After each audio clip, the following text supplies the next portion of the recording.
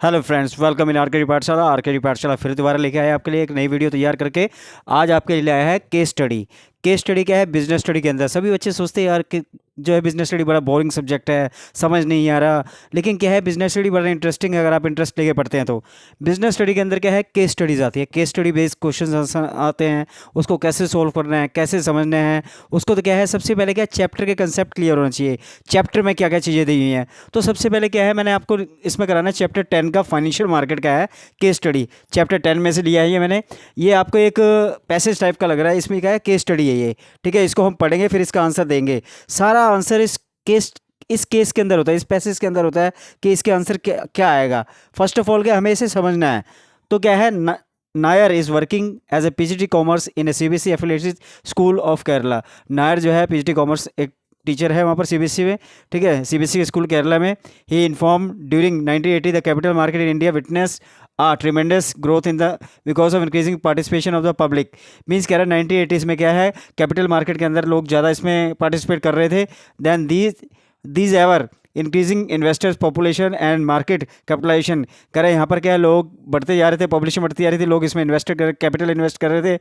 और malpractice on the part of the companies broker investment consultant and other involve in the securities market.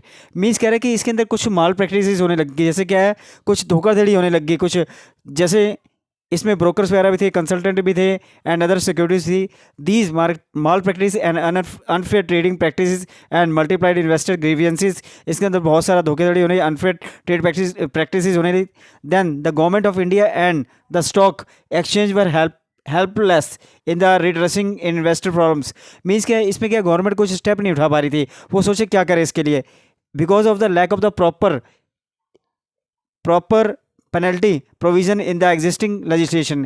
क्योंकि वहाँ पर कोई भी पेनल्टी नहीं थी इनकी। In view of this government of India decided to set up a regulatory body.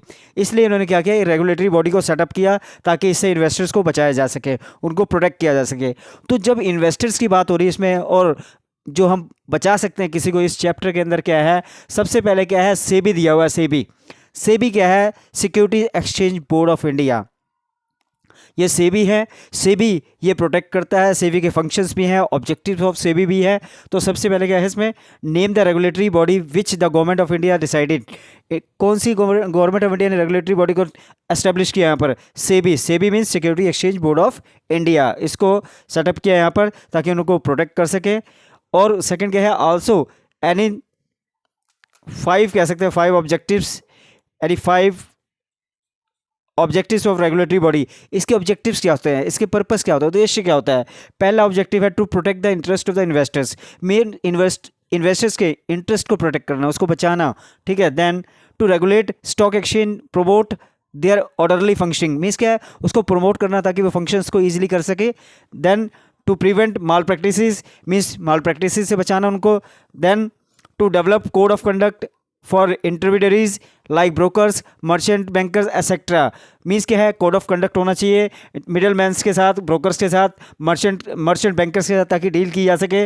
Then to regulate the functioning of the securities market, और regulate of the functioning market means क्या है, सिक्योरिटी मार्केट को उसको सही ढंग से चलाया जा सके। तो these are the objectives of regulatory body. तो इस तरीके से हम इसका आंसर दे सकते हैं। आई होप ये वीडियो आपको पसंद आई होगी। Thank you very much.